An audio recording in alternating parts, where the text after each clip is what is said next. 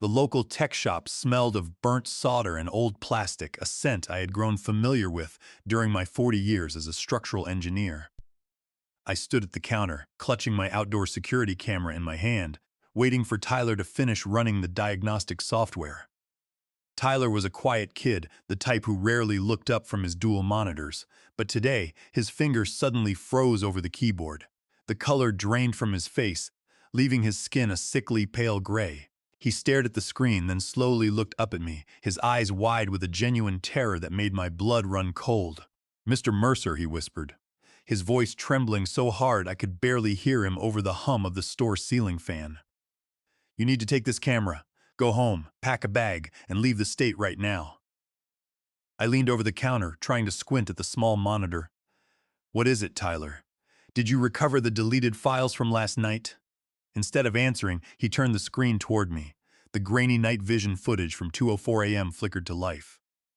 The timestamp was clear. The camera showed my backyard, the sturdy brick colonial house I had built with my late Martha 30 years ago. But the people on the screen were not supposed to be active at that hour. There was my daughter, Brenda, standing by the gate, gesturing toward the alleyway. Next to her was Jeffrey, her husband. They were welcoming two large, burly men who were dragging heavy metal equipment crates down the steps of my basement. One of the men turned his face toward the camera for a split second, exposing a jagged scar running along his jawline. Tyler pointed a shaking finger at the screen. "That man with the scar, that is Carl Bradley. People call him the Hammer. He is not a construction worker, Mr. Mercer. He is a high-profile money launderer and enforcer for a violent loan shark syndicate operating out of the district. If he is putting crates in your basement, you are in extreme danger." My heart hammered a slow, heavy rhythm against my ribs. I thanked Tyler, took my camera, and walked out into the bright Virginia sunlight, my mind spinning. I am Albert Mercer. I am 69 years old, a retired civil and structural engineer, and a widower. 3 years ago, my Martha passed away, leaving a silence in our home that felt heavier than wet concrete. 6 months back, Brenda and Jeffrey suggested they move in with me. They claimed my blood pressure was getting erratic, and since Brenda was a physical therapist, she could monitor my daily health while they saved up for a home of their own. I thought it was a blessing. I really did. When I pulled my sedan into the driveway, the house looked perfectly normal. Brenda was in the kitchen, humming a cheerful tune as she prepared a fresh pot of coffee.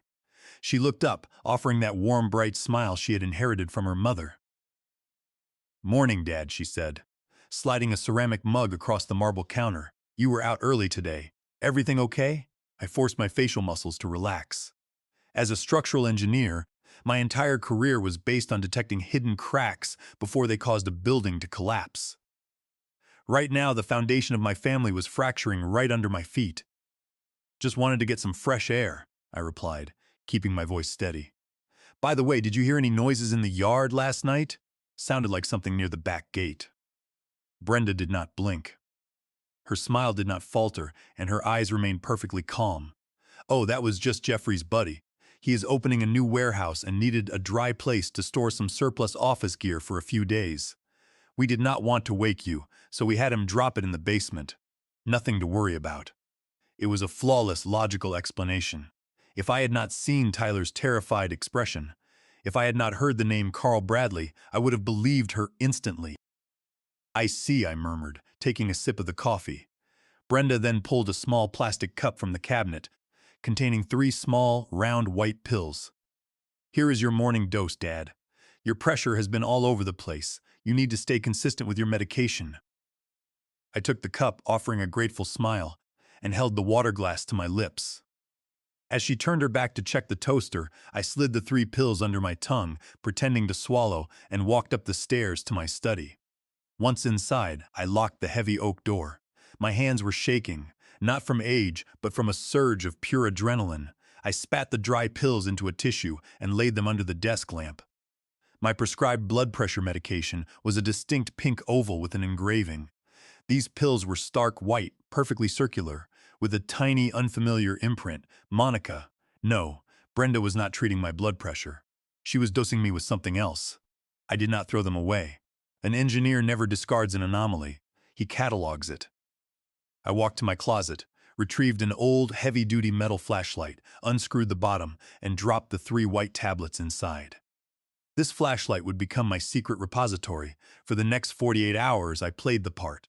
Every morning and every evening, I accepted the medicine cup, pretend to swallow, and deposited the pills into the flashlight. The physical toll of the sudden withdrawal was grueling. By the first night, my body shivered with cold sweats. A pounding headache gripped my skull, and a deep nausea settled in my stomach. At dinner, I barely touched my plate. Jeffrey sat across from me, his eyes tracking my fork with a cold, analytical focus. "You look pale, Albert," Jeffrey said, his voice flat. "Are you feeling all right?" "Just tired, Jeffrey," I mumbled, letting my shoulders slump, playing the role of the frail old man they wanted me to be. "My head is a bit cloudy lately." Brenda patted my hand. Her touch, which once felt warm, now felt like the cold skin of a predator. "It is just the natural progression, Dad. Your body is slowing down. That is why we are here to handle things. Just rest." By the third morning, the physical withdrawal finally cleared, but something much more profound occurred. The thick, suffocating mental fog that had blanketed my mind for the last 3 months began to lift like steam off a morning lake. For weeks, I had struggled to remember names. I had misplaced my keys, forgotten appointments, and felt a constant, dragging lethargy that kept me confined to my leather chair. I had truly believed my mind was decaying, but now my thoughts were rapid, sharp, and precise. I stood in front of the bathroom mirror looking at my reflection. The confused, helpless old man was gone. The engineer was back, and with that clarity came a terrifying wave of horror. They were chemically restraining me. They were artificially inducing dementia. My own daughter, the girl I had raised, and her accountant husband were systematically erasing my mind. But why? The answer lay behind the basement door. I sat on the bed, calculating the variables. My first instinct was to scream, confront them, and call the police. But logic quickly intervened. If I called the police now, Brenda, a licensed therapist, would point to my documented history of memory loss. She would claim I was experiencing a paranoid delusion. If the police searched the basement and found nothing because the crates were locked or moved, I would look completely insane. It would give them the perfect legal weapon to declare me incompetent and place me in a psychiatric facility. I would be walking straight into their trap. No, confrontation without irrefutable proof was a structural failure. I had to let them think they were winning. I had to remain their silent, docile victim while I searched for the crack in their foundation. For the next 24 hours, I watched my daughter and her husband through a new lens. Now that my mind was clear of the chemical fog, their deceptive actions became glaringly obvious. I noticed how Jeffrey would quickly close his laptop screen whenever I shuffled into the living room. I noticed the micro-expressions of annoyance that flickered across Brenda's face when I asked her to repeat a simple question. I noticed how they positioned themselves near the hallway leading to the basement stairs, acting as a physical barricade. They were managing me like an obstacle in their path. That evening, I sat in my leather armchair, holding a newspaper upside down, letting my eyes glaze over to mimic the vacant stare of a heavily medicated man.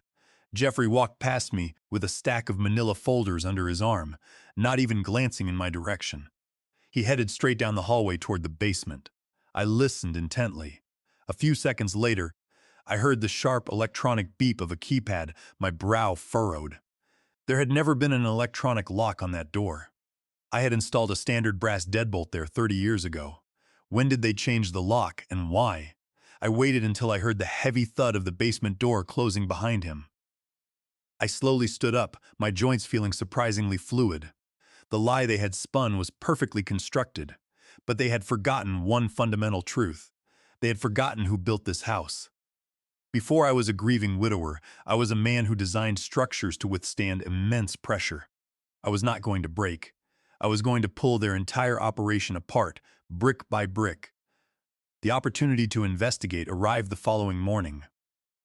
Brenda announced at breakfast that they needed to run a quick errand to the medical supply store. She handed me my morning pills with her usual sweet smile.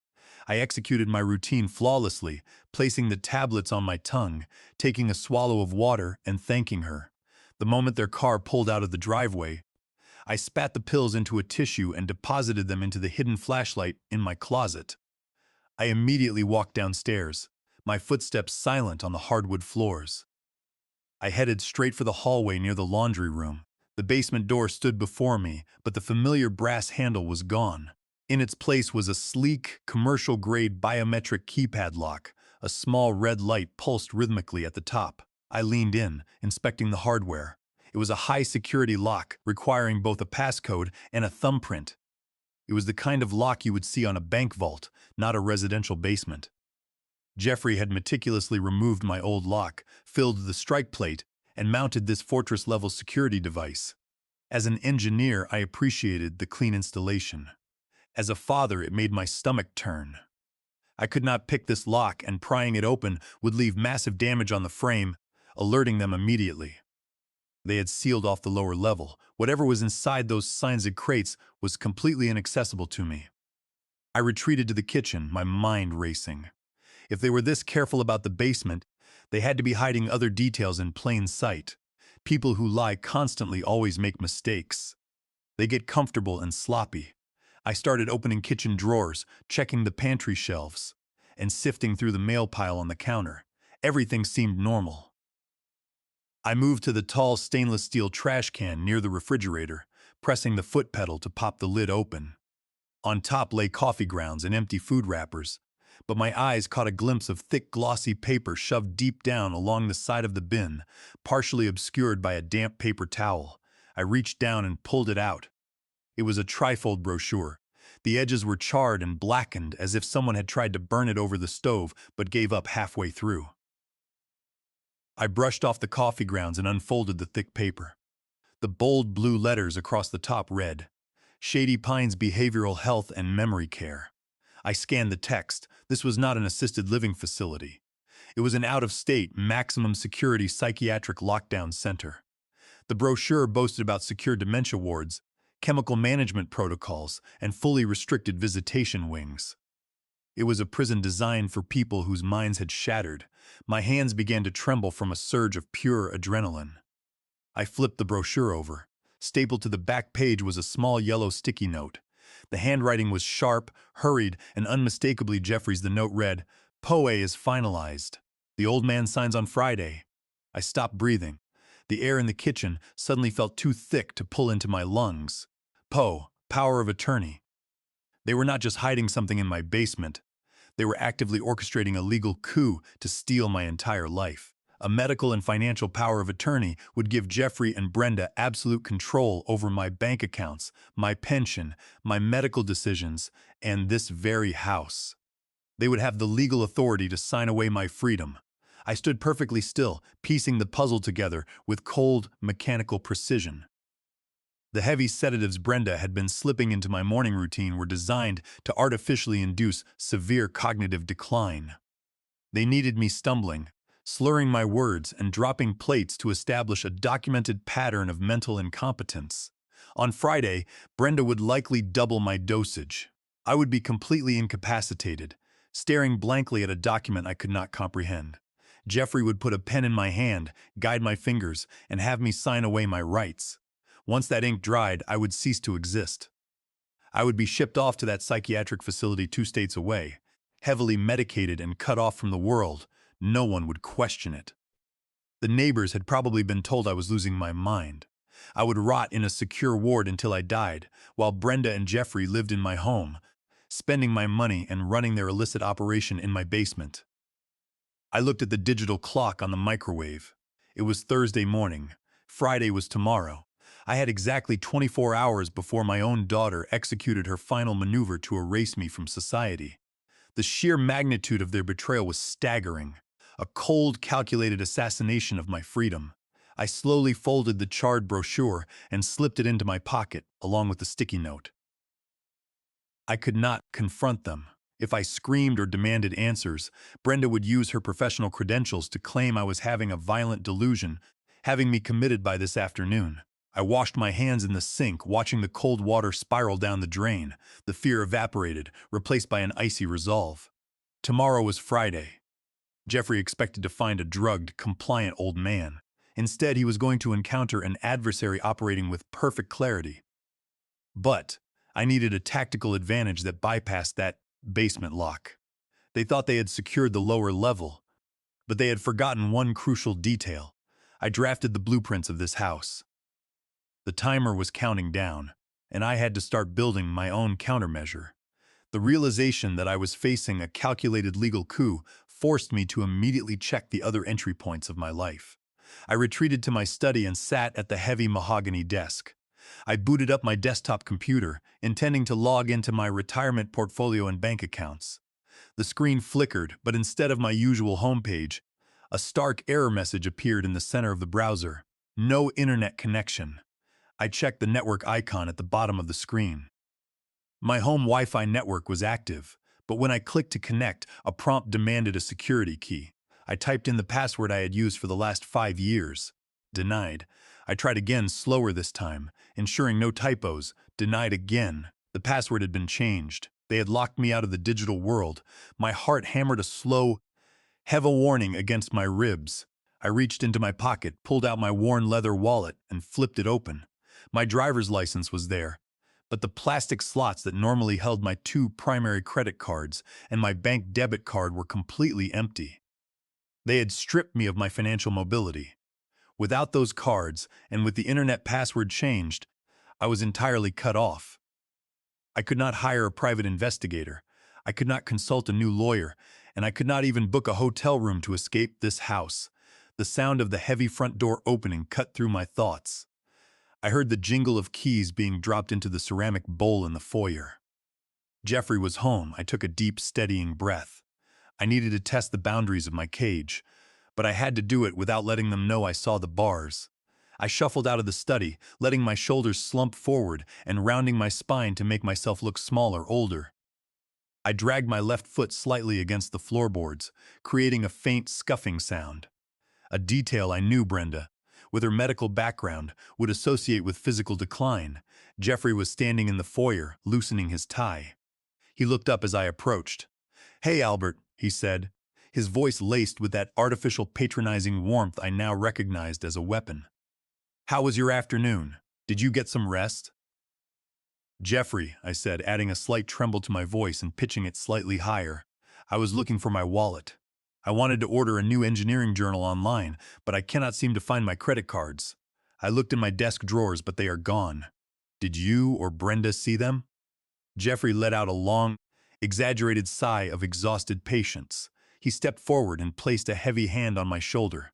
His grip was tight, a subtle physical restraint disguised as comfort. "Albert, you lost them again yesterday. Don't you remember?" Jeffrey said, his tone dripping with false pity. "We tore the whole living room apart looking for them. You were so upset. Don't worry, though. I called the banks and canceled them to protect your identity. You are getting so forgetful lately, and I just want to keep you safe. I'll help you order your journal later, okay? You just go relax."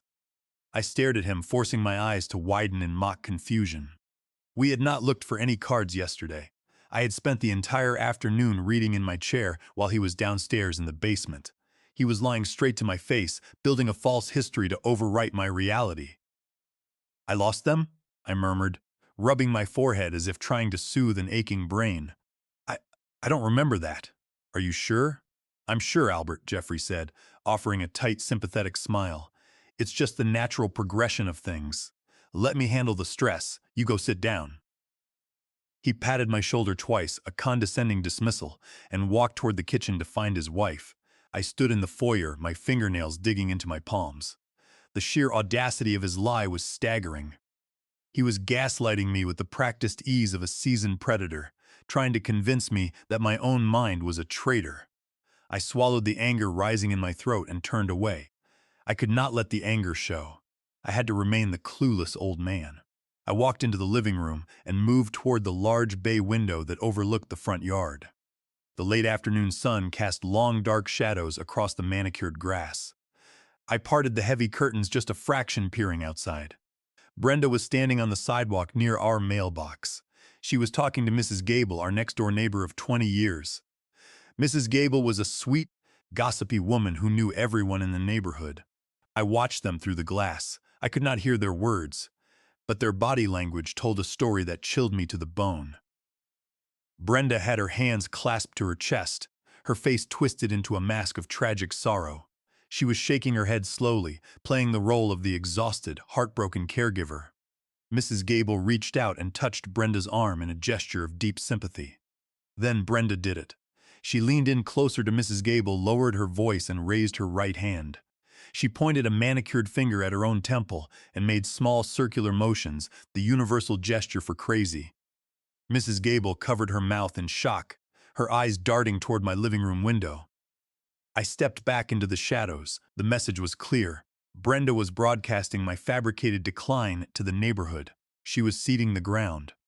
If I ever ran out screaming for help, if I ever tried to tell anyone that my daughter was holding me hostage and laundering money in my basement, they would not believe a single word.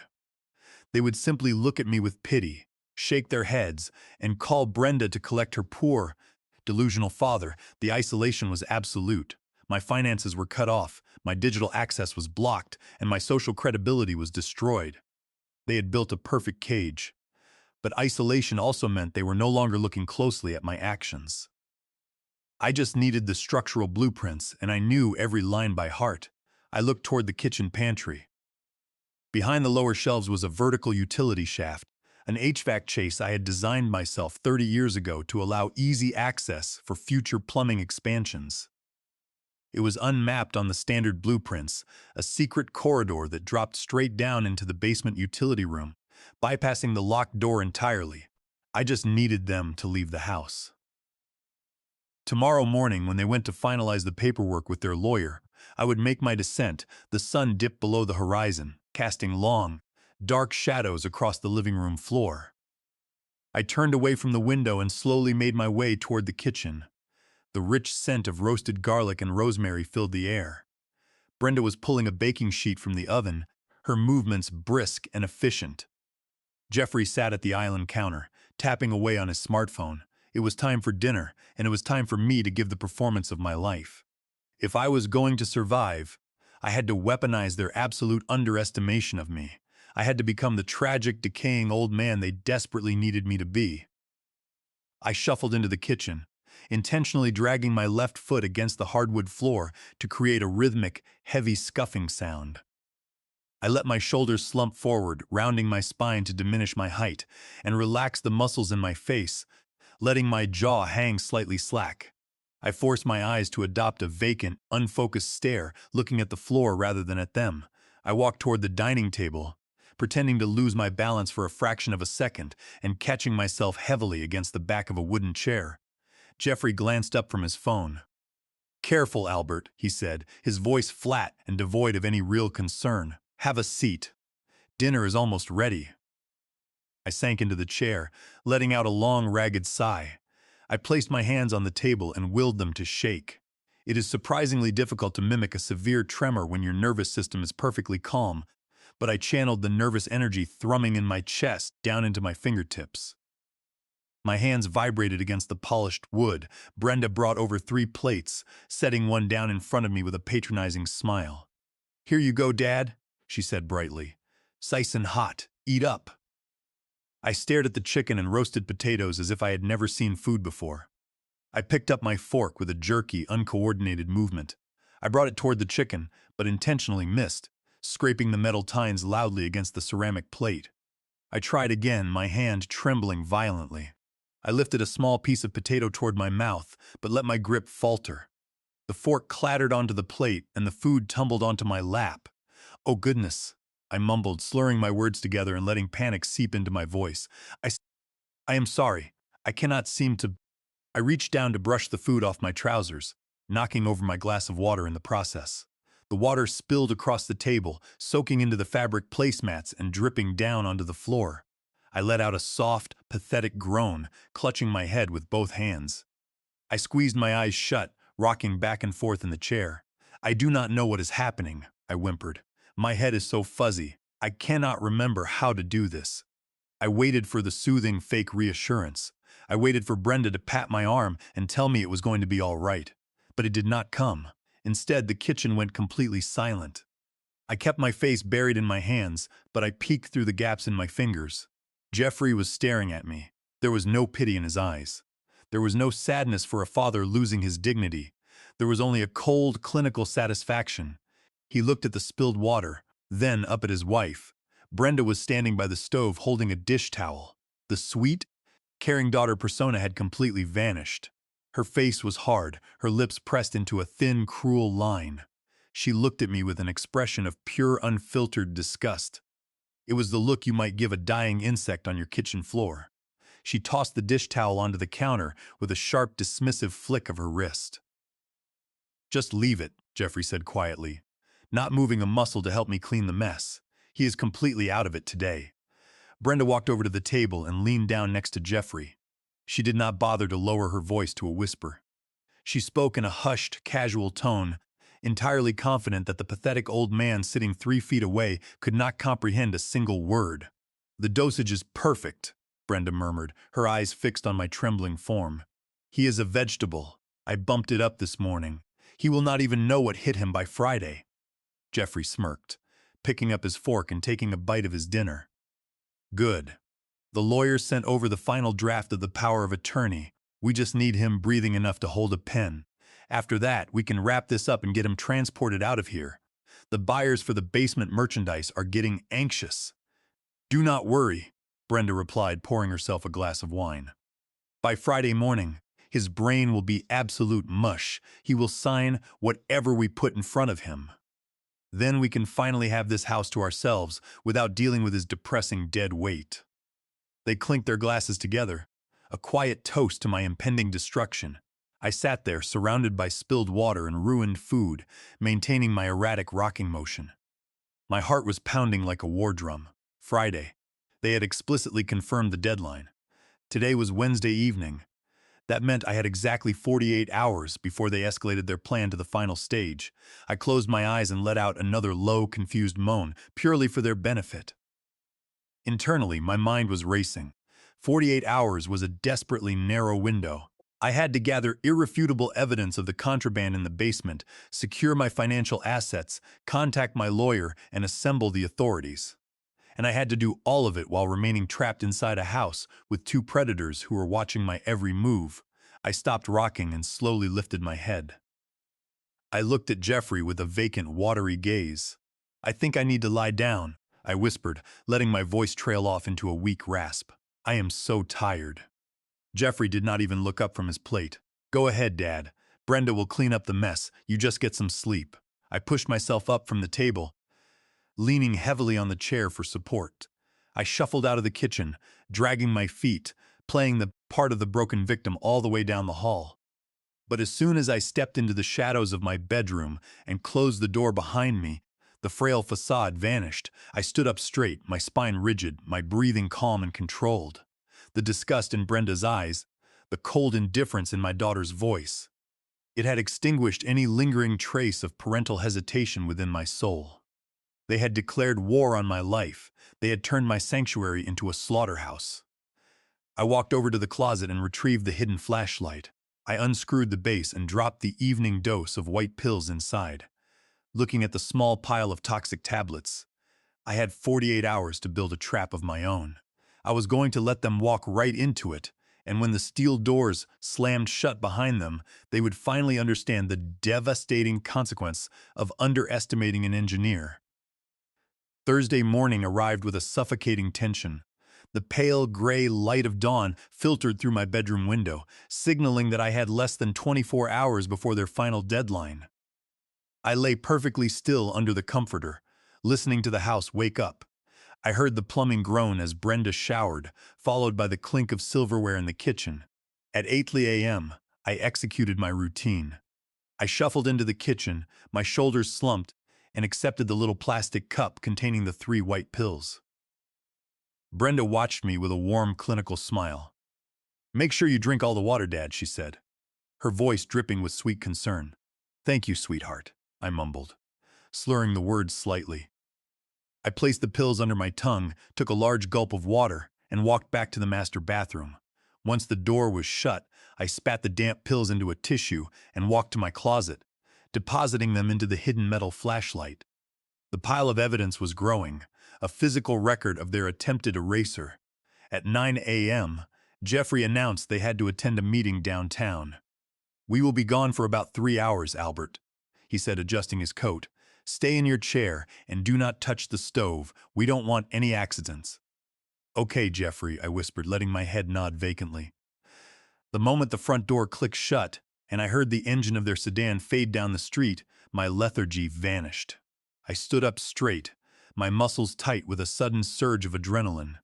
I had exactly 3 hours to breach the basement, document their operation, and find the leverage I needed. I walked straight to the kitchen pantry. It was a walk-in space lined with shelves of canned goods and dry supplies. I knelt on the linoleum floor, pushing aside the heavy sacks of flour and sugar on the bottom shelf. Using a flathead screwdriver from my utility drawer, I carefully pried the wooden baseboard away from the drywall. Behind it was a solid panel of reinforced plywood. I pressed my palms against the top corners and pushed upward. The panel slid out of its tracks with a soft, dusty scrape, revealing a pitch-black vertical shaft. A wave of warm, dry air rushed up from the darkness, carrying a faint electrical hum and the distinct scent of hot plastic and metal. I strapped my small canvas tool bag across my chest, clicked on a small LED pen light, and positioned myself at the edge of the narrow shaft. I had designed this vertical HVAC chase 30 years ago to allow easy routing for future utilities without tearing down the plaster walls. It was a structural secret known only to me. I exhaled slowly, flattening my shoulders, and slid into the dark void. The descent was tight and claustrophobic. The rough wooden studs and cold metal ductwork pressed hard against my ribs. My muscles burned as I braced my boots against the interior crossbeams, lowering my body inch by inch. 10 feet down, the shaft leveled out into a horizontal ventilation corridor that ran directly above the basement utility room ceiling. I crawled forward on my elbows and knees, breathing through my nose to avoid inhaling the decades-old dust until I reached the heavy iron grate overlooking the basement. I quietly unscrewed the mounting bolts, lifted the grate inside the ductwork, and lowered myself down onto the cold concrete floor. I stood up and swept the narrow beam of my penlight across the space. What I saw made my breath hitch. Jeffrey and Carl Bradley had completely transformed my old woodworking workshop into a high-tech criminal staging ground. The space was warm, filled with the steady, high-pitched whir of industrial cooling fans. Along the back wall, where my lumber racks used to sit, stood 3 massive steel server racks.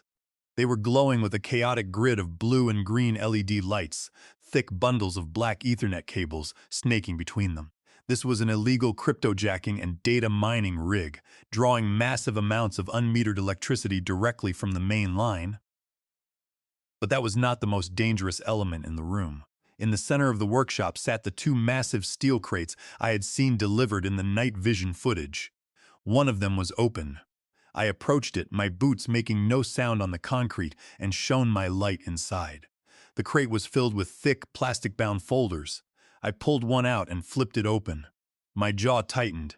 They were highly sensitive, proprietary industrial blueprints and architectural schematics for municipal water treatment plants and local electrical substations. Jeffrey was using his access as a corporate auditor to steal high-value infrastructure schematics, likely preparing to sell them to foreign entities or competitor firms. Beneath the blueprints lay stacked, tightly banded bundles of bearer bonds and cash. It was a multi-million-dollar industrial espionage and money laundering hub operating directly beneath my living room. If the authorities raided this house right now, they would find all of this illegal hardware and stolen data inside a property registered entirely in my name. I would be the primary suspect, a perfect fall guy who supposedly lost his mind and allowed his home to be used for federal crimes. The sheer malice of their plan hardened my resolve. I opened my canvas bag, pulled out my digital camera, and began systematically documenting the layout. I photographed the server rigs, the blinking IP addresses, the stolen blueprints, and the stacks of currency. I worked with the precise, methodical speed of an engineer documenting a structural defect. I was about to climb back into the shaft when my light caught a third, smaller crate tucked away in the darkest corner of the utility room, sealed with a heavy padlock. I checked my watch. 1 hour had passed. I still had time. I moved toward the sealed crate, determined to see what other secrets my daughter was hiding in my home. I approached the third crate in the dark corner of the basement. Unlike the others, This one was wrapped in a thick canvas tarp and secured with a heavy steel padlock and thick shipping bands. I reached into my canvas tool bag and pulled out a small titanium pry bar and a pair of heavy wire snips. Applying steady, calculated pressure, I wedged the pry bar beneath the lock casing. With a muted click, the internal mechanism yielded, and I caught the lock before it could strike the concrete. I clipped the steel bands, keeping them silent in my palm, and slowly lifted the heavy metal lid. The scent of stale paper and chemical ink drifted up. I shone my penlight inside. The crate was filled with hundreds of packets of physical bearer bonds, but tucked beneath them was a thick manila envelope labeled Mercer Estate.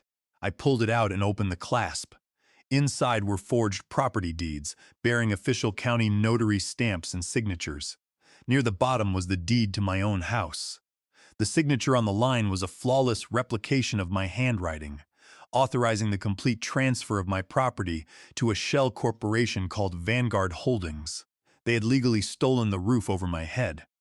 I took out my camera and rapidly photographed every document, the serial numbers on the bonds, and the forged signatures. My fingers were cold with anger, but my mind was operating with absolute clarity. Suddenly, a heavy, echoing thud rattled the joists above my head. The front door of the house had slammed shut. I cannot believe the clinic manager called us back early. Brenda's voice boomed from the kitchen hallway, her footsteps marching straight toward the basement door. Go check the basement rigs. I want to make sure the cooling fans are running properly before Friday. Panic shot through my veins. They were back early. I had less than 40 seconds before the biometric lock on the basement door disengaged. I shoved the documents back into the envelope, dropped it into the crate, and lowered the lid. I wrapped the steel bands back around the casing, hooking the broken padlock to make it look secure, and threw the canvas tarp over the top. I dropped to my knees, using the sleeve of my sweater to frantically wipe away my dusty footprints on the concrete floor, backing toward the utility sink. Upstairs, the electronic keypad on the basement door beeped as Jeffrey entered his passcode. Beep! Beep! Beep! Clack!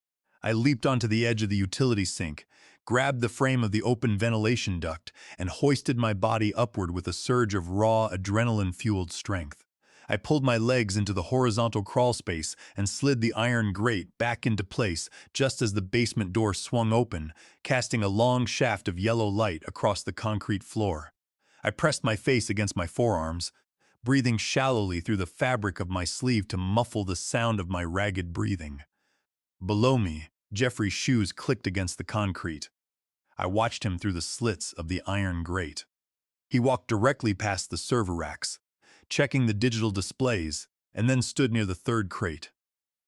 He reached out, tugging at the canvas tarp.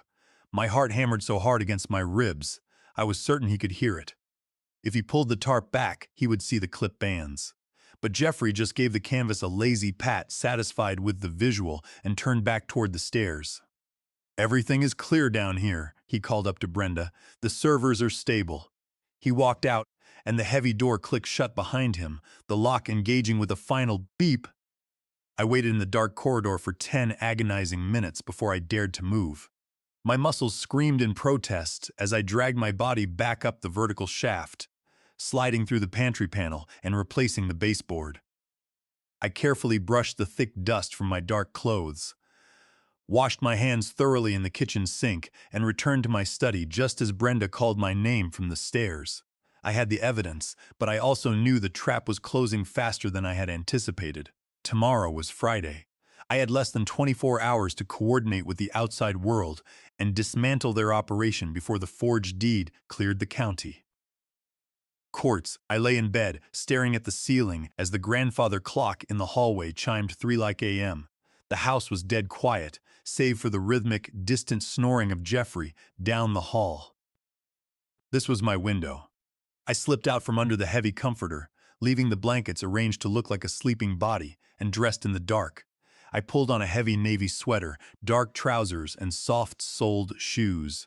I navigated the master bedroom and the stairs with absolute silence, bypassing the creaky third step and avoiding the floorboards near the front door. I unlocked the rear kitchen door, slipped out onto the back patio, and pulled the door shut without clicking the latch. The cool, damp night air hit my face, clearing the last remnants of the chemical lethargy from my mind. I kept low, moving along the shadow line of the tall elm trees until I reached my old detached workshop at the back of the property. Brenda and Jeffrey had dismissed this workshop as a rusted relic months ago, never bothering to check it. They should have. I walked past the dusty table saw, reached behind the heavy metal workbench and felt along the brick wall. I found the loose masonry block, pried it free, and pulled out a small waterproof tin. Inside lay $2,000 in cash, an emergency reserve I had tucked away 10 years ago. I pocketed the money, replaced the brick, and stepped out onto the quiet street. The walk to the nearest 24-hour convenience store was exactly 2 miles.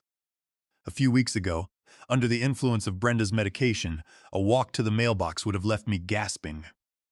Tonight, my stride was long and steady. The physical exertion felt like a quiet victory. It was proof that my body still belonged to me. The store's neon sign buzzed in the darkness. The teenager behind the counter barely looked up from his phone as I entered.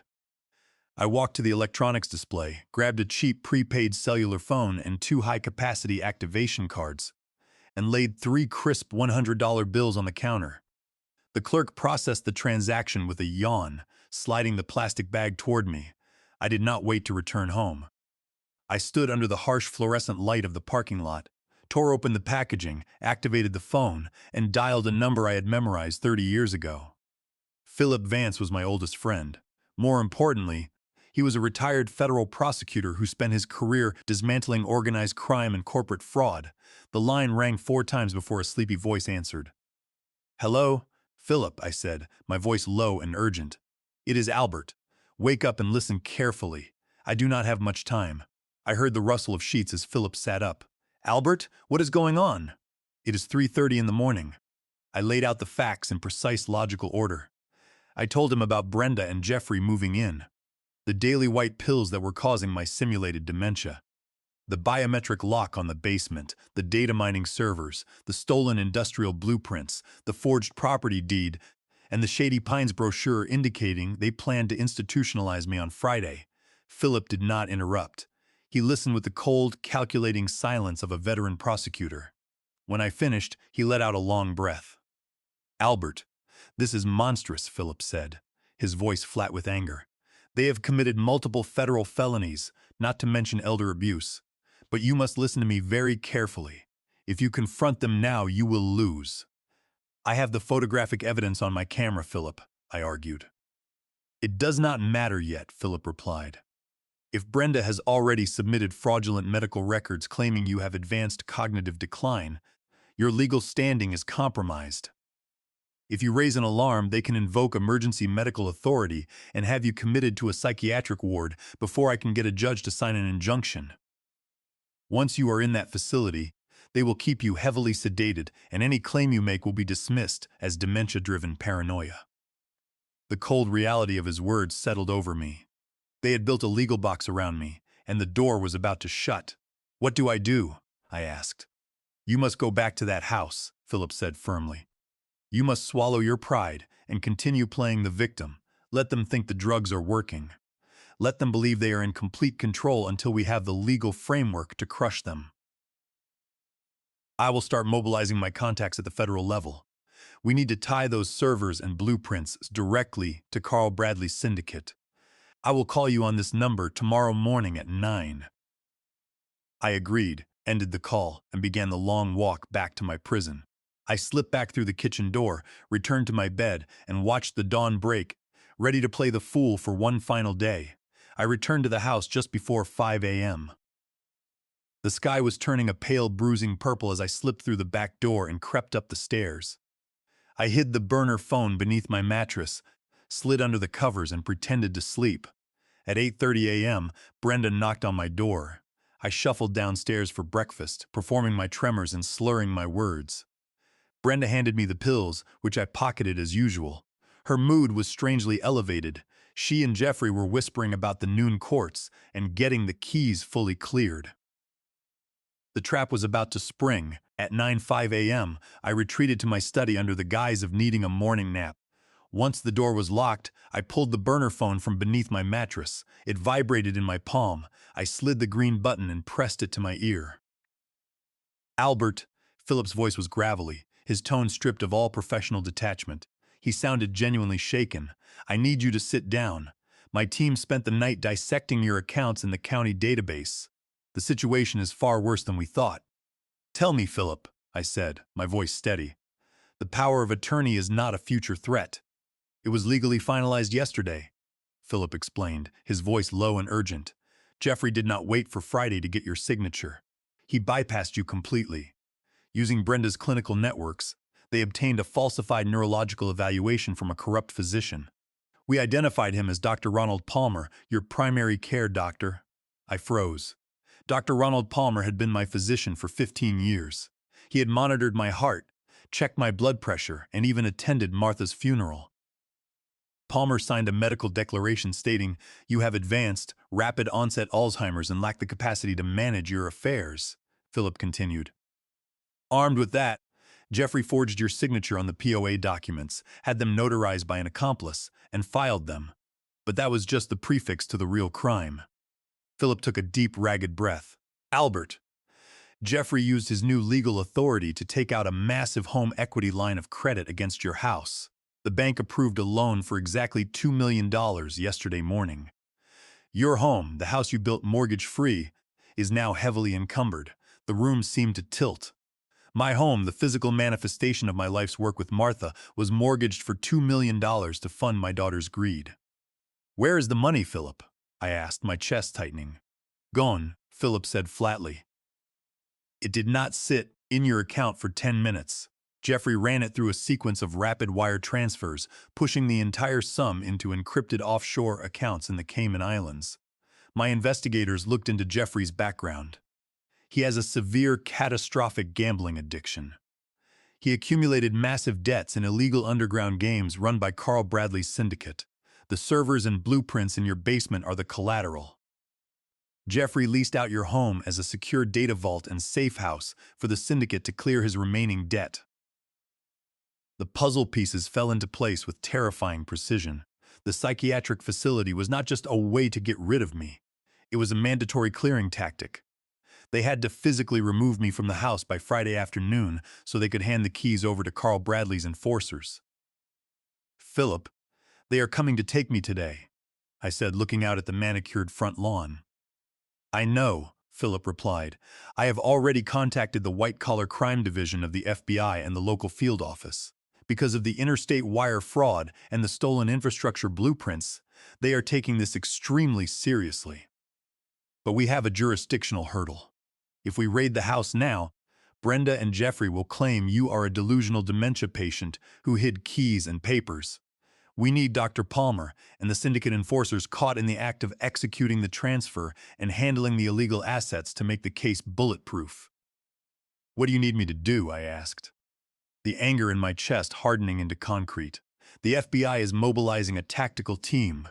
They want to set up surveillance on the house, but they need you to remain inside and play the part for a few more hours. Dr. Palmer is scheduled to visit your house this morning to administer what they claim is a stabilizing injection before the transport van arrives. Albert, you cannot let him inject you.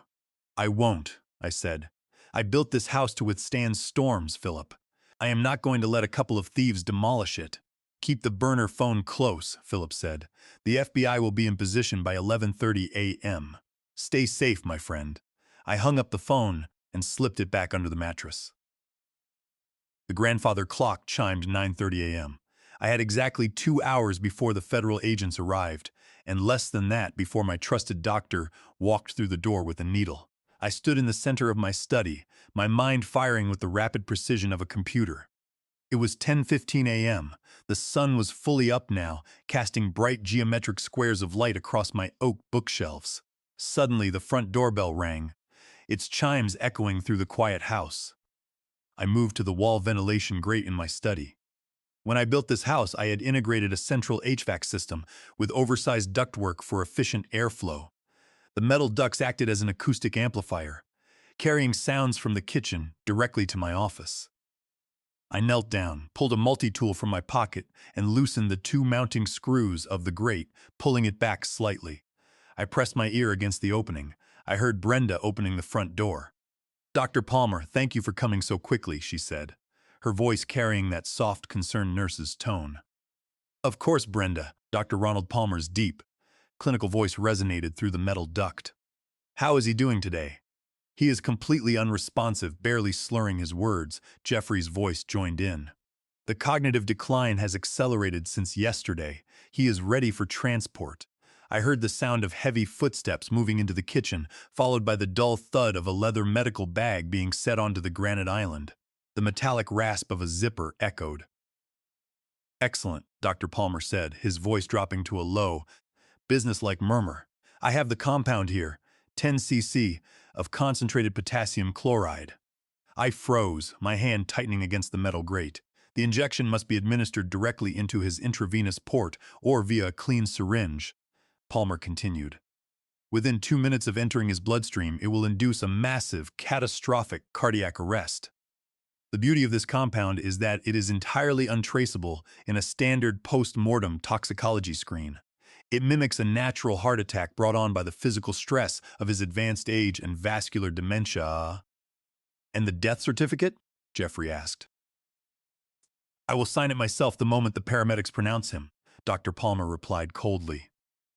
"I will list the cause of death as natural cardiac failure due to senile degeneration. There will be no coroner's autopsy, and the county will file it without a second glance. The life insurance policy will clear within 30 days. $1 million, Brenda whispered, her voice devoid of any hesitation. "Plus the $2 million from the Vanguard loan. It is finally over." "Yes," Jeffrey said. "The syndicate enforcers are arriving at 12 p.m. with the transport trucks to clear the basement. We need the body out of here before they show up. Carl Bradley does not want to deal with a corpse on the premises." "Then let's get it done," Brenda said. "I will go upstairs now and administer the dose. Jeffrey, pour the doctor a cup of coffee." My blood ran cold. The psychiatric facility brochure was a red herring, a prop left in the trash to mislead anyone who looked. They were not planning to lock me away. They were going to murder me in my own bed, in my own home, within the next 5 minutes. My own daughter was climbing the stairs with a syringe of poison to end my life for an insurance payout. I did not panic. An engineer under pressure does not scream, he calculates. I quickly pushed the ventilation grate back into place, tightening the screws with my fingers. I slid the multi-tool into my pocket, grabbed the burner phone from the desk, and slipped it into the inner pocket of my tailored suit jacket, which was hanging in my closet. I did not put on my pajamas. I stood in my dark trousers and white shirt, my spine rigid. I walked over to the heavy double doors of my study and locked them from the inside. The heavy wood doors were reinforced with solid steel plates, a security feature I had added when I kept valuable engineering schematics in the house. Brenda and Jeffrey did not have the keys, and the door frames were anchored deep into the masonry. A moment later, I heard the soft click of Brenda's low heels approaching my study door. The brass handle turned, then stopped. She knocked, her voice calling out with artificial sweetness. "Dad, are you in there? It is time for your morning checkup." "Open the door, sweetheart." I did not answer. I stood in the middle of the room, my eyes fixed on the locked handle, waiting for the storm to break. The brass handle of the study door rattled violently. Brenda's voice lost its artificial sweetness, replaced by a sharp, nervous edge. "Dad, why is this door locked?" she called out, pounding her fist against the solid oak. "Jeffrey, come up here. The study door is locked from the inside." I heard Jeffrey's heavy footsteps rushing up the stairs, followed by Dr. Palmer. They stood outside the double doors, whispering frantically. "Albert, open this door right now!" Jeffrey shouted, rattling the handle with force. "You are not supposed to be locking doors. You know it's not safe for you. Open up!" "He must be having a paranoid episode," Dr. Palmer said, his voice tense. "Brenda, do you have the bypass key?" "No," Brenda hissed. "He keeps the master keys hidden." "Jeffrey, we don't have time for this. Use your shoulder. Break the glass panels." I stood perfectly still in the center of my office, looking at the double doors. The glass panels were not standard decorative panes. They were double-layered, high-impact polycarbonate sheets.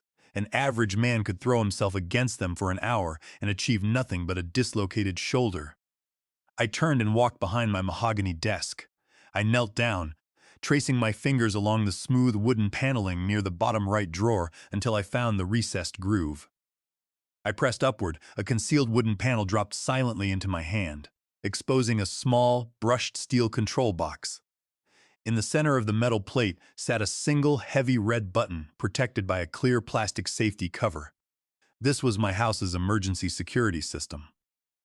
I had designed and integrated it 30 years ago during the construction phase. Because the property was located in a region susceptible to severe, destructive storms, I had fortified the entire structure, transforming it into a virtually indestructible bunker. Brenda and Jeffrey believed they owned the house because they changed the front door locks, but they had absolutely no comprehension of the true structural capabilities built into the walls. I flipped the plastic safety cover back and pressed the red button down until it clicked. The response of the structure was instantaneous and deafening. A piercing 110 decibel emergency siren erupted from hidden speakers in every room, hallway, and ceiling of the house. The oscillating shriek was designed to disorient and paralyze. Simultaneously, the house's primary electrical grid cut out, plunging the rooms into darkness, save for the blood-red glow of the emergency backup lighting fixtures mounted near the baseboards. Then came the thunderous mechanical roar. Massive, automated steel shutters, engineered from military-grade reinforced alloys, violently slid down from the exterior soffits. They slammed shut over every window and door of the mansion, locking into reinforced concrete tracks with a heavy metallic thud.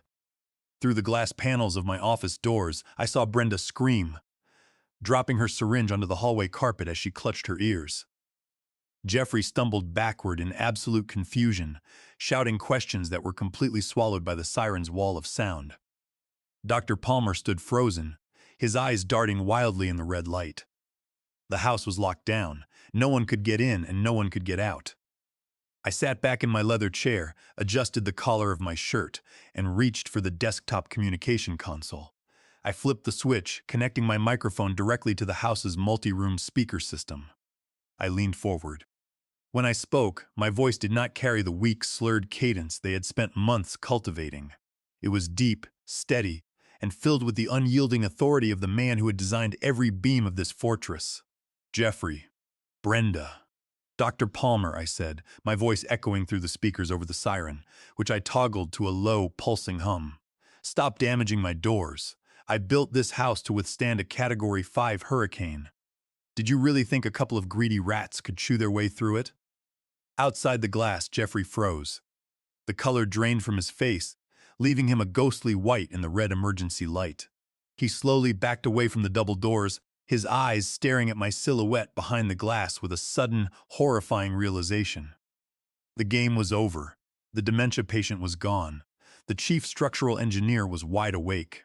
I reached over to my desk console, selected the audio file I had recorded through my burner phone, and routed it to the house speakers. The audio cracked, and then Dr. Palmer's clinical voice boomed through the hallways. 10 cc of concentrated potassium chloride. It will stop his heart in 2 minutes. The coroner won't find a thing. I will write the death certificate myself. Then Brenda's voice filled the house. I will go upstairs now and administer the dose. Jeffrey, keep the doctor comfortable. Through the security monitors on my desk, which displayed live feeds of the living area and kitchen under the red emergency lights, I watched the trio's reaction. Brenda clutched her head, her face contorting into a mask of pure terror. She spun around, searching the floor frantically for the syringe she had dropped. When she found it, she shoved it into her pocket, her eyes darting toward the stairs as if expecting the police to burst through the walls. Dr. Palmer's composure completely dissolved. He ran down the stairs, Jeffrey and Brenda following him in a panic. They sprinted to the front door, Jeffrey grabbing the handle and pulling with all his might.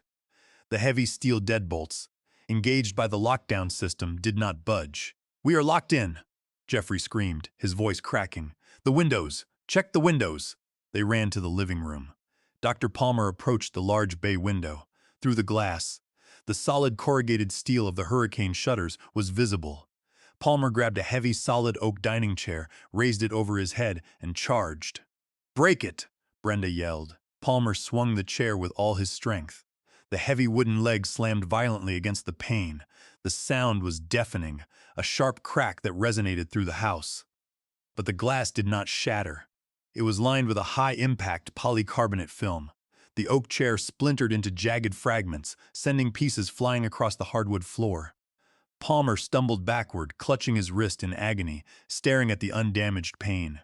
"It is bulletproof," Jeffrey whimpered, collapsing onto the sofa. "The whole house is a vault. He locked us in." I toggled the intercom switch. "There is no way out, Jeffrey," I said, my voice projecting clearly into the living room. "The shutters are anchored into 4 inches of reinforced concrete. You cannot break them, and you cannot bypass the system without the master code in my office." Jeffrey looked up at the ceiling speaker, his hands trembling. "Albert, please, listen to us," he pleaded, his voice cracking with desperate tears. "We did it for the family. We were under pressure. I owed people, bad people. They were going to kill me. If you let us out, we can fix this. We can split the money. You are my father-in-law. You mortgaged my home for $2 million to pay off your gambling debts to Carl Bradley," I replied coldly. "And my daughter was prepared to inject me with poison to collect a $1 million insurance policy. You did not do this for the family. You did it for greed. Dad, please." Brenda's voice was hysterical now, her face pressed against the security camera lens in the hallway. "I am your daughter. You can't do this to me. Think of Mom. She wouldn't want you to put me in prison." "Your mother built this house with me on a foundation of trust," I said, my voice hardening. "You dug a grave under it. I am not putting you in prison, Brenda. Your own actions did." I checked my watch. It was 11:15 a.m. In the distance, the faint wailing sound of sirens began to ripple through the quiet suburban streets of Fairfax County. The sound grew louder, a chorus of high-pitched warnings converging on my address. The FBI tactical team and Philip Vance were right on schedule. Brenda heard the sirens. She ran to the kitchen, frantically pulling open drawers, searching for something, anything, to force the locks. Dr. Palmer collapsed against the refrigerator, his head in his hands, realizing his 15-year career and his freedom were disappearing with every second the sirens drew closer. They were trapped in the steel cage they had designed for me. Through the tiny angled louvers of the heavy steel shutters covering my office window, the darkness of the suburban morning fractured. Brilliant, rapidly strobing flashes of red and blue lights cut through the gray light, painting the walls of my study in sharp, chaotic colors. The sirens stopped, replaced by the crackle of megaphones and the deep rumble of heavy diesel engines idling in my driveway. I checked my security monitors. 6 police cruisers, 2 black tactical SUVs, and a command vehicle had blocked the street, forming an impenetrable perimeter. Philip Vance was standing near the lead SUV, speaking with a tall man in a tactical vest. They were ready, but they could not get in. My steel shutters had turned the colonial brick home into a fortress. I reached down to my mahogany desk control box, flipped the secondary toggle, and pressed the command to lift the front entrance shutter only. With a heavy, grinding mechanical groan, the steel shutter over the front door slid upward, exposing the buckled wooden door behind it. I then pressed the release code to disengage the heavy electronic deadbolts on the entrance. The tactical team did not waste a second. A loud, explosive boom shattered the morning air as the FBI breach team deployed a heavy ram against the front door. The lock fractured, sending wood shrapnel flying across the marble foyer as the door swung open. "FBI, federal agents, stay where you are, hands on your heads." Heavily armed agents in helmets and body armor poured into the foyer, their flashlights cutting through the dim red emergency lighting. They swarmed the living room and kitchen, tactical rifles raised, securing the corners in a matter of seconds. "Get on the ground. Do it now." I watched the kitchen camera feed. Jeffrey did not hesitate. He dropped to his knees on the hardwood floor, throwing his hands into the air, sobbing openly. "Don't shoot! I surrender! It was her! She made me do it!"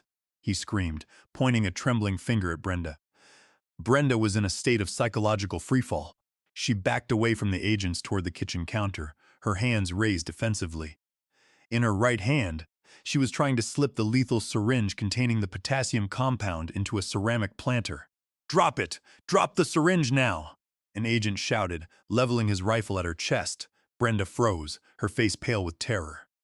She let the plastic syringe slip from her fingers, and it fell onto the kitchen island, rolling harmlessly near the coffee maker.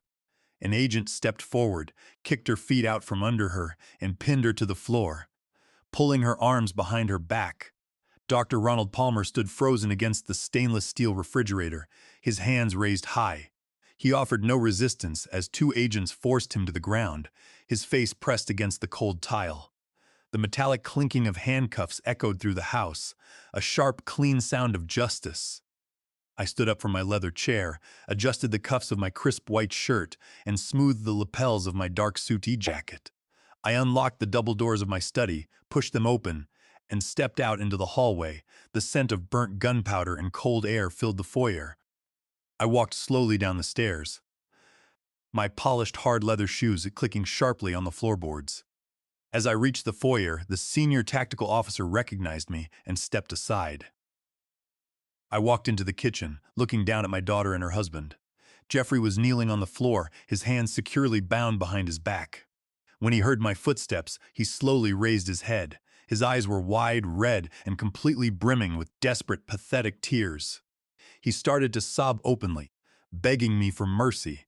He cried out that he was my only son-in-law, that we were family, and that families should always forgive one another.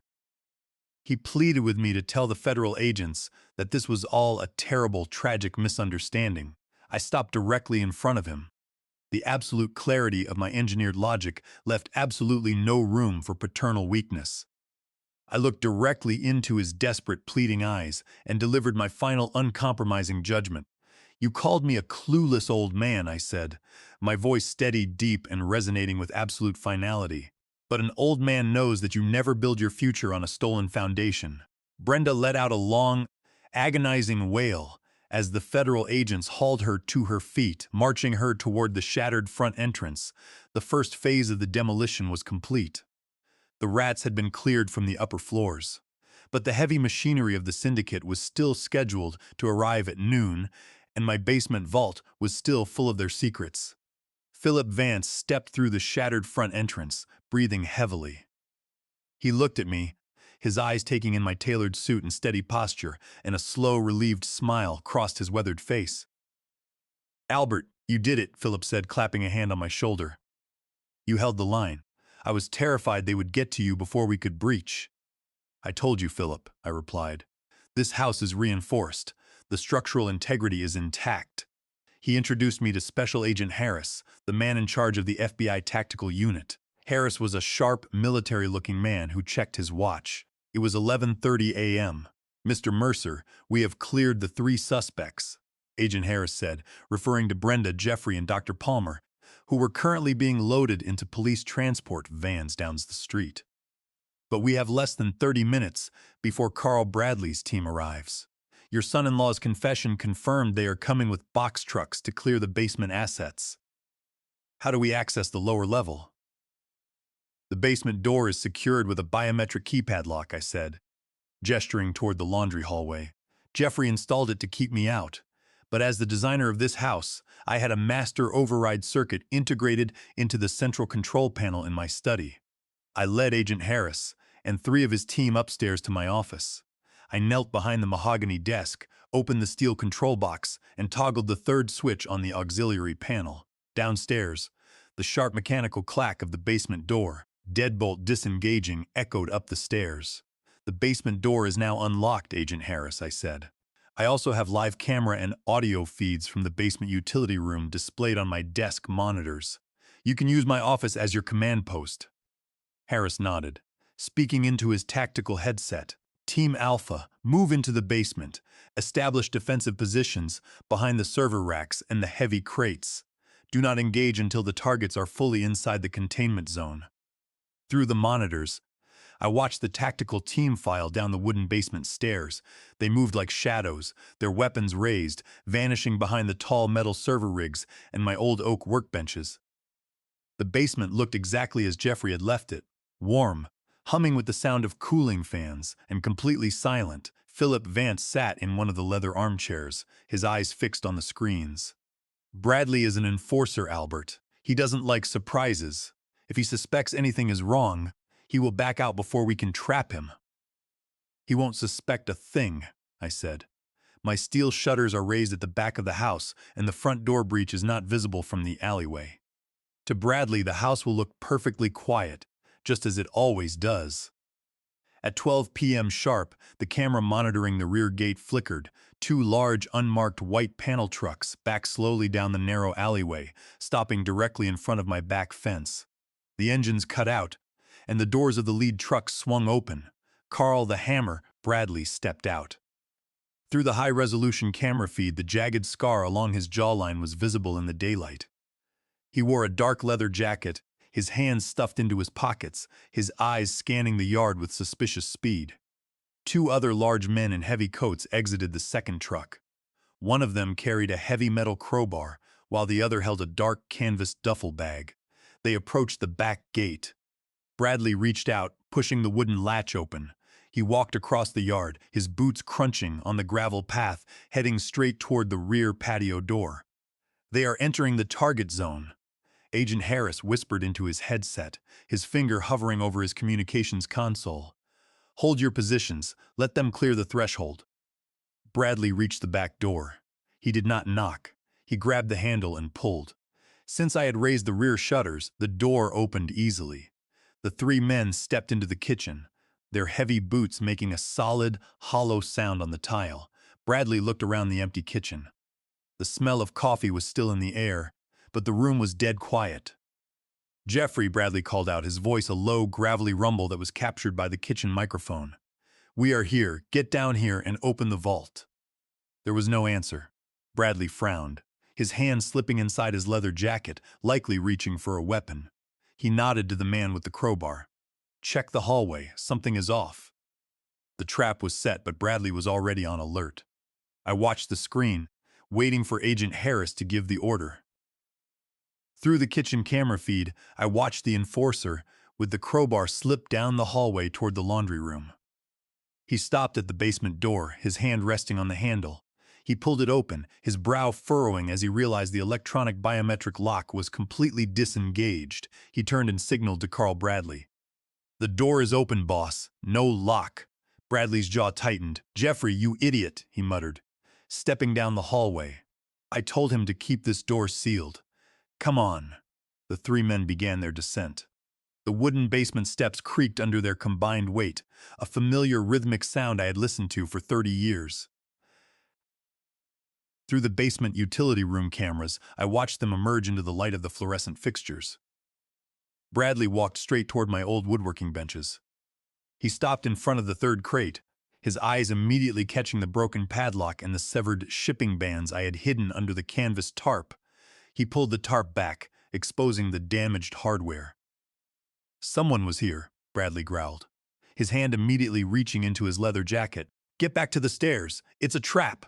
FBI, don't move. Hands on your heads." Special Agent Harris's voice cut through the basement hum like a gunshot. Instantly, tactical agents stepped out from behind the heavy server racks and lumber frames, their rifles leveled at the three men. The red laser dots of their scopes danced across Bradley's chest and the coats of his enforcers. "Drop the crowbar. Hands where I can see them." The enforcer with the crowbar let it clatter onto the concrete floor, raising his hands immediately. But the second enforcer, a large man in a gray coat, panicked. He reached for his waistband, his hand wrapping around the grip of a black semi-automatic pistol. Before he could pull it free, two tactical agents lunged forward. One of them caught his arm, twisting it behind his back, while the other threw his body weight against the man's shoulder. They slammed him violently against the concrete wall. The pistol slipped from his fingers, clattering across the floor as he groaned in pain, pinned to the wall. Carl Bradley looked at the 6 rifles pointed at his head, the red laser dots steady on his chest. His chest heaved with anger, but he was a professional. He knew when a system had collapsed. He slowly raised his hands, placing them behind his head. "We are just here to move some equipment," Bradley said, his voice flat. "Save it for the federal prosecutor, Mr. Bradley." Agent Harris said, stepping forward and kicking the dropped pistol away. "Search them. Secure the perimeter." Agents swarmed the three men, pulling their arms behind their backs and ratcheting the steel handcuffs shut.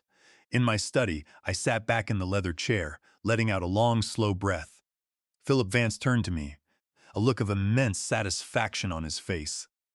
"The syndicate is contained, Albert," Philip said. "With Bradley and his enforcers caught in the basement with the servers, the stolen blueprints, and the bearer bonds, the connection is ironclad. They cannot claim ignorance. And Jeffrey's confession will seal their fate." "The structure has held, Philip," I murmured, looking at the screens. Down in the basement, the agents were already beginning to catalog the evidence. The illegal cryptojacking rigs, the crates of stolen infrastructure schematics, the forged deeds, and the currency. Every single variable had been accounted for. Agent Harris's voice crackled through my communications console. "Mr. Mercer, the basement is secure. We have Bradley and his men in custody. We are bringing them up now." I stood up from my desk. The rats had been cleared and the syndicate was in chains. It was time to walk downstairs and look at the ruin of their conspiracy in the light of day. I walked down the grand staircase, my feet steady on the steps. The red emergency lights had been switched off, replaced by the natural gray light filtering through the open front door. Tactical agents were carrying bags of evidence from the basement, while Philip Vance stood near the foyer, reviewing a stack of documents. As I reached the bottom, two agents escorted Carl Bradley out of the hallway. His hands were cuffed behind his back, his leather jacket pulled tight. He stopped when he saw me, his dark eyes locking onto mine. The scar along his jawline twitched. "You think you've won, old man?" Bradley sneered, his voice a low threat. "Jeffrey owes us. We have contracts. We'll get our money one way or another." I looked at him, my expression unyielding. "Your contract was with a thief, Mr. Bradley, and the foundation you built it on has just been demolished." "Move it," the agent said, pushing Bradley toward the door. I watched him go, then walked into the kitchen with Philip.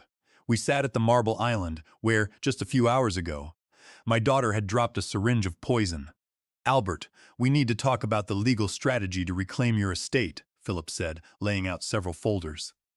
"Jeffrey was clever, but he made a critical structural error when he set up the Shell Corporation." "What did he do?" I asked. "To avoid Virginia's strict notary verification laws, Jeffrey registered the Shell Corporation, Vanguard Holdings in California," Philip explained, pointing to a corporate registration document. "He executed the forged property deed and the $2 million home equity loan using a California-based notary service. He thought the distance would buy him time."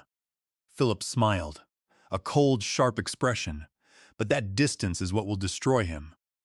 Because the transaction was executed through a California entity, we are invoking California Penal Code Section 470 for forgery. Under this statute, because the signature was forged, the deed transfer is classified as void ab initio, meaning it was invalid from the very beginning. The bank cannot hold a lien against a property that was never legally transferred." "And the $2 million loan?" I asked. "The bank will have to take the loss and pursue Jeffrey and the syndicate's frozen assets," Philip said. "They failed to perform due diligence. Furthermore, we are filing a civil and criminal complaint under California Welfare and Institutions Code, paragraph 5610/30, for elder financial abuse. This statute is incredibly powerful. It allows us to immediately freeze Vanguard's domestic accounts, issue an injunction against the transfer of any assets, and hold the financial institutions liable for triple damages if they attempt to enforce the forged loan against you." I ran my fingers over the smooth marble counter. "Elder financial abuse," I murmured.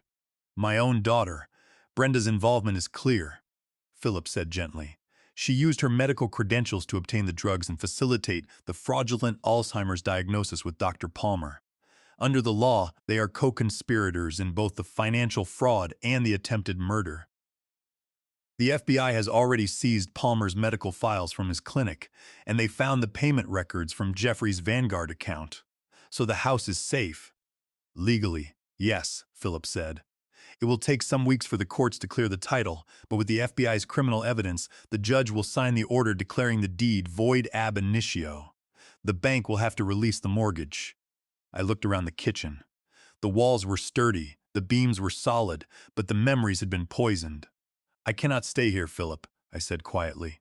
"Martha and I built this house, but it doesn't feel like a home anymore. I understand, Albert, Philip said. Once the title is cleared, we will put the property on the market. You can start over. Yes, I said. But first, I want to watch the trial. I want to see the end of this project. Special Agent Harris sat across from me in my study, a digital voice recorder resting on the mahogany desk between us. The house was quiet now, the tactical units having finished clearing the servers and crates from the basement. Mr. Mercer, I need your official statement regarding the medication your daughter administered to you, Harris said, pen in hand. I stood up, walked to my closet, and reached for the top shelf. I grabbed the heavy-duty metal flashlight and brought it to the desk. With a slow, deliberate twist, I unscrewed the base and tipped the flashlight over a small velvet tray. A small mountain of white, circular pills tumbled out, clattering softly against the fabric. For 3 months, Brenda handed me these pills twice a day, claiming they were for my blood pressure, I explained. I pretended to swallow them, but instead, I deposited them here. An engineer does not discard an anomaly, he catalogs it. Harris stared at the pile, his expression grim. Our lab ran a preliminary test on the sample you gave Tyler at the tech shop. These are not blood pressure medications, Mr. Mercer. They are a customized compound of high-dose benzodiazepines and cognitive-disrupting sedatives. In a person of your age, this daily dosage would simulate rapid-onset dementia, confusion, and severe memory lapses. It was designed to make you look incompetent to the outside world. And the syringe they recovered from the kitchen island? I asked. Dr. Palmer's DNA and Brenda's fingerprints are all over it, Harris confirmed. The lab confirmed it was filled with 10 cc of concentrated potassium chloride. If she had administered that dose, your heart would have stopped within 2 minutes. With Dr. Palmer certifying the death as natural cardiac failure, no one would have suspected a thing. It was a perfect, silent murder. They wanted my mind gone so they could take my house, I murmured, looking at the white pills. The evidence is absolute, Mr. Mercer, Harris said, turning off the recorder. Between the pills, the syringe, the biometric lock records, and the audio files you recorded, they don't have a defense. They are facing federal charges of conspiracy to commit murder, wire fraud, and money laundering. The next afternoon, Philip Vance accompanied me to the Fairfax County Courthouse to file the petition to void the forged property deed. As we walked through the grand marble hallways, I felt a strange sense of detachment. The legal machinery was moving, but the emotional resolution had already occurred. When we returned to the house, I saw Mrs. Gable standing near her mailbox. She looked toward my driveway, her expression filled with a deep, tearful shame. She slowly walked across the grass, stopping at the edge of my porch. "Albert," she said, her voice cracking as she clutched her hands to her chest. I don't know what to say. I am so incredibly sorry. Brenda told me you were losing your mind. She stood right here and told me you were having delusions and getting violent. I believed her. We all did. I had no idea they were. I looked down at my neighbor of 20 years. "It is all right, Mrs. Gable," I said quietly. "They wanted everyone to look at my mind so no one would look at their actions. It was a very efficient distraction." "If there is anything I can do, Albert," she whimpered. "Just help me find a good real estate agent," I said. "I am putting the house on the market as soon as the title is cleared." She nodded, wiping a tear, and walked back to her house. I stood on the porch looking at the brick colonial. The structure was sound, but the foundation of my life here had been demolished. The trials were approaching, and I would have to face my daughter in a federal courtroom. But as I touched the stone pillar of the porch, I knew I was ready. The engineer was back, and he was prepared to see the final demolition of their lives, while the legal battle over my property title crawled through the courts. I leased a quiet corporate apartment near the Potomac River. I could not bring myself to sleep in the brick colonial again. The structure was still standing, but the warmth had been completely stripped from its rooms. The federal indictment was handed down 3 weeks after the raid. Brenda, Jeffrey, and Dr. Ronald Palmer were charged with conspiracy to commit wire fraud, identity theft, money laundering, and conspiracy to commit premeditated murder. Carl Bradley and his enforcers faced separate racketeering and narcotics distribution charges. Philip Vance sat with me in the gallery of the federal district court for the pretrial arraignment. I wore my charcoal-tailored suit, my posture straight, my hands resting on my knees. The heavy wooden doors of the courtroom opened, and the defendants were led in by federal marshals. They wore orange jumpsuits, their wrists and ankles secured with heavy steel chains. Jeffrey looked completely broken. His hair was messy, his eyes hollowed out by fear. He kept his head bowed, avoiding my gaze entirely. Brenda, however, scanned the room until she saw me. She froze, her lips trembling as she stared at my suit, my clear eyes and my steady hands. The sight of the strong, sharp father she had tried to erase was a physical shock. She mouthed the word "Dad," her eyes filling with tears, but my expression remained as cold and unyielding as a marble pillar. Dr. Ronald Palmer sat at the end of the defense table, his head bowed. The day before, the state medical board had officially revoked his medical license. His 15-year career was gone, replaced by the reality of a federal prison cell. The pretrial hearings progressed quickly, and the defense strategies immediately began to fracture. Jeffrey's attorney approached the federal prosecutor, offering a plea bargain. He agreed to testify against Carl Bradley's syndicate, detailing their money laundering operations and the cryptojacking server rigs in exchange for the wire fraud charges being reduced. But the prosecutor, backed by the evidence Philip and I had gathered, refused to drop the conspiracy to commit murder charge. Jeffrey's attempt to save himself only served to implicate the others further. Brenda's defense attorney tried a different angle. He argued that Brenda was a victim of coercive control, claiming that Jeffrey had manipulated and pressured her into participating in the financial fraud. But the federal prosecutor was prepared. "Your Honor, we have direct audio evidence that refutes the claim of coercion," the prosecutor said, standing before the judge. He activated the courtroom sound system. The basement audio recording filled the room. Brenda's voice was clear, steady, and entirely devoid of fear or hesitation. "The dosage is perfect. He is a vegetable. By Friday morning, his brain will be absolute mush. He will sign whatever we put in front of him. Then we can finally have this house to ourselves without dealing with his depressing dead weight." In the gallery, I watched the jury box. Several jurors winced at the cold venom in her voice. Brenda buried her face in her cuffed hands, sobbing quietly as the recording played. Her coercive control defense had been completely demolished by her own words. Dr. Palmer, realizing the inevitability of the verdict, entered a guilty plea to the conspiracy to commit murder charge. In exchange for his plea, the prosecutor agreed to recommend a sentence of 20 years instead of life. Philip Vance leaned close to me, his voice a quiet whisper. "The defense has collapsed, Albert. Jeffrey and Brenda will have to stand trial, but with Palmer's plea in this audio, the jury will convict them in a matter of hours. The structure of their lie has been completely dismantled." I nodded, my eyes fixed on the defense table. I felt no joy, no sense of triumph. I only felt the quiet satisfaction of a job completed. The structural defect had been identified, isolated, and now it was being permanently cleared from my life. The prosecution calls Albert Mercer. The bailiff's voice resonated through the crowded federal courtroom. I stood up from my seat in the gallery, buttoned my tailored suit jacket, and walked toward the witness stand. Every eye in the room was fixed on me. I saw the jurors leaning forward, their faces filled with curiosity. They had heard the audio recordings and seen the lab reports, but now they were about to look at the man who had survived the conspiracy. I took the stand, raised my right hand, and took the oath.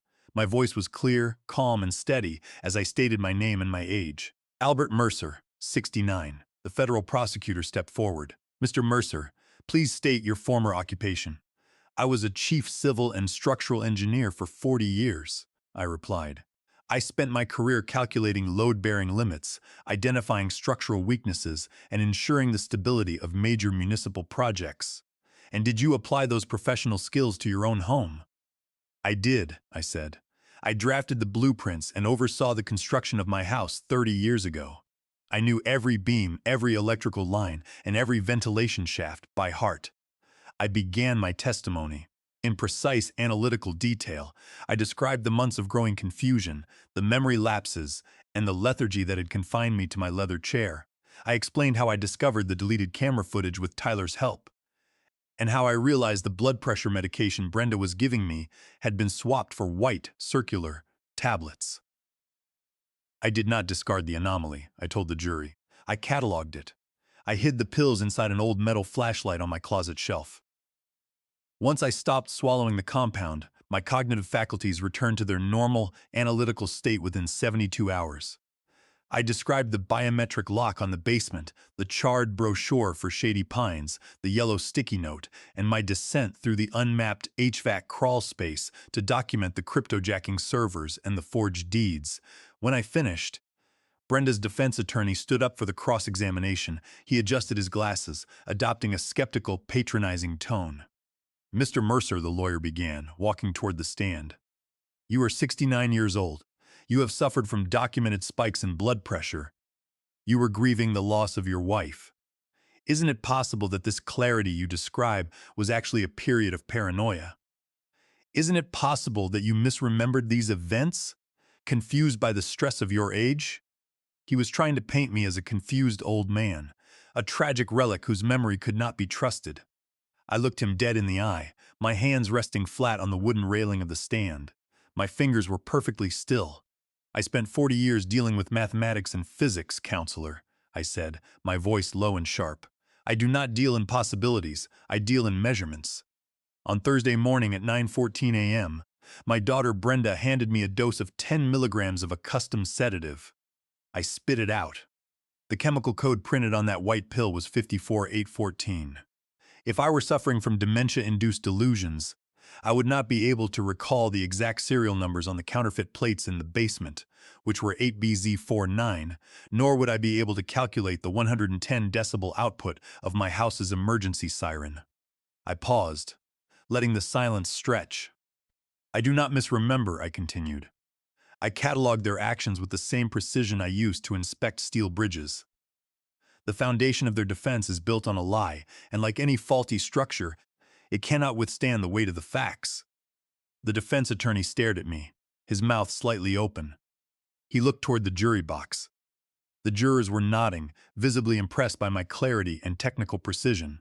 The lawyer swallowed hard, looked down at his notes, and slowly walked back to his table. No further questions, Your Honor, he said quietly. I stood up, walked down from the stand, and returned to my seat next to Philip Vance. Brenda looked at me as I passed, her face twisted in a look of absolute defeat. She knew that her final chance to paint me as a crazy old man had been completely demolished under the light of the courtroom. The jury deliberated for exactly 3 hours. It was a remarkably short window for a federal trial of this scale, indicating that the evidence had left absolutely no room for doubt. When the court reconvened, the air was thick with tension. Brenda and Jeffrey were led in, their heads bowed, their orange jumpsuits rustling. I sat in the front row of the gallery next to Philip Vance. The foreperson of the jury stood up, holding a sheet of paper. On the count of conspiracy to commit wire fraud, how do you find the defendants? Guilty, the foreperson stated. On the count of identity theft, how do you find the defendants? Guilty. On the count of money laundering, how do you find the defendants? Guilty. On the count of conspiracy to commit premeditated murder, how do you find the defendants? Guilty.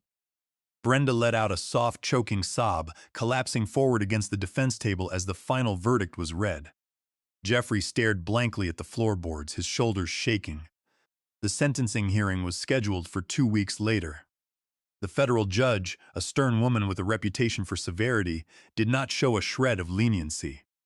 She looked down at Brenda and Jeffrey from her high bench, her voice filled with a deep, professional disgust. This is one of the most heinous cases of elder financial abuse and domestic betrayal I have witnessed in my career, the judge stated, her voice echoing in the courtroom. You did not just steal from a stranger. You systematically tried to erase the mind and the life of a father who had worked for 40 years to provide for you. You turned his home into a criminal vault and prepared to murder him with poison for a financial payout. She handed down the sentences. Brenda and Jeffrey were each sentenced to serve 30 years in a maximum security federal penitentiary without the possibility of parole. Carl Bradley was sentenced to 35 years on related racketeering and narcotics charges. Dr. Ronald Palmer, due to his plea agreement, received 20 years. With the criminal convictions secured, Philip Vance's civil petition was quickly approved by the county court. The judge officially signed the order declaring the property deed void ab initio under California Penal Code Section 470. The $2 million mortgage was legally released, and the title to the house was restored entirely to my name. A week later, the sale of the house was finalized. A local family bought the brick colonial for $1.8 million. On my final morning in Fairfax County, I walked through the empty rooms of the house one last time. The furniture had been moved out, leaving only the clean oak floors and the bare walls. The hum of the basement servers was gone, replaced by a quiet, peaceful silence. I stood in the center of the living room, remembering Martha.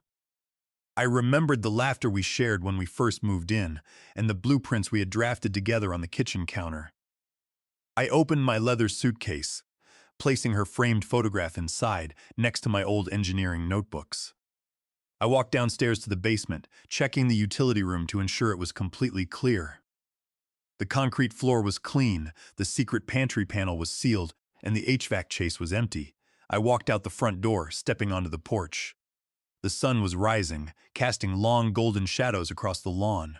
I closed the heavy oak door, locked it with my master key, and turned to the real estate agent who was waiting near the driveway. I handed her the key ring. "It is all yours," I said. "Thank you, Mr. Mercer," she said gently.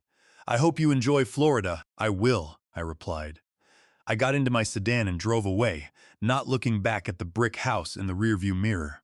I had demolished the corrupted foundation of my past, and now I was ready to build a quiet, peaceful future on a clean slate. Today, I sit on the balcony of my new condominium in Naples, Florida. The warm, salty breeze of the Gulf of Mexico sweeps across the terrace, carrying the rhythmic, soothing sound of the waves crashing against the white sand below. The air is clean, free of the stale dust of the old house and the toxic whispers of the people who tried to destroy me. I hold a crystal glass of neat bourbon in my right hand. I look down at my fingers. They are perfectly steady, devoid of the tremors I once willed into them for survival. I purchased this penthouse using a portion of the $1.8 million from the sale of the Fairfax Colonial. With my pension intact and my assets legally secured, I have built a life of complete independence. Philip Vance visits me twice a year, and we spend our afternoons playing chess on the terrace or walking along the beach, discussing legal history and engineering structural designs. I have also established a small, loyal circle of friends here, retired architects, teachers, and business owners who value my wisdom and respect my quiet nature. We gather in the evenings to share stories, and for the first time in years, I do not have to watch my back or catalog anomalies in the food I eat. Down in the federal penitentiaries of West Virginia and Kentucky, Brenda and Jeffrey are beginning their 30-year sentences. They are locked in sterile, high-security cells, heavily managed by the state, living the exact reality they had planned for me. They wanted to shut me away in a secure ward and spend my money. Instead, they have lost their freedom, their careers, and their futures. I do not feel anger when I think of them. I feel nothing. They were a structural defect, a rotten pillar in my life's framework, and I cleared them out with the same logical precision I used to inspect steel bridges. An engineer does not grieve a broken support beam. He isolates the failure and rebuilds the structure to ensure it never collapses again. This experience has taught me a profound truth about the nature of family and loyalty. Blood may make you relatives, but it is loyalty, respect, and absolute integrity that make you family. When greed poisons the hearts of those you trust, they will justify the most unthinkable betrayals just to take what you have built. You cannot change a parasite's nature, but you can choose to stop feeding it. Never ever mistake a person's silence, age, or kindness for weakness. True strength isn't about avoiding the storm, but having the architectural wisdom to lock the doors and let the traitors drown in the rain they created. Did this story shock you? Have you ever experienced a deep betrayal from someone you trusted completely? Share your thoughts and experiences in the comments below. Don't forget to hit the like button, subscribe to the channel, and turn on notifications for more thrilling real-life stories. See you next time.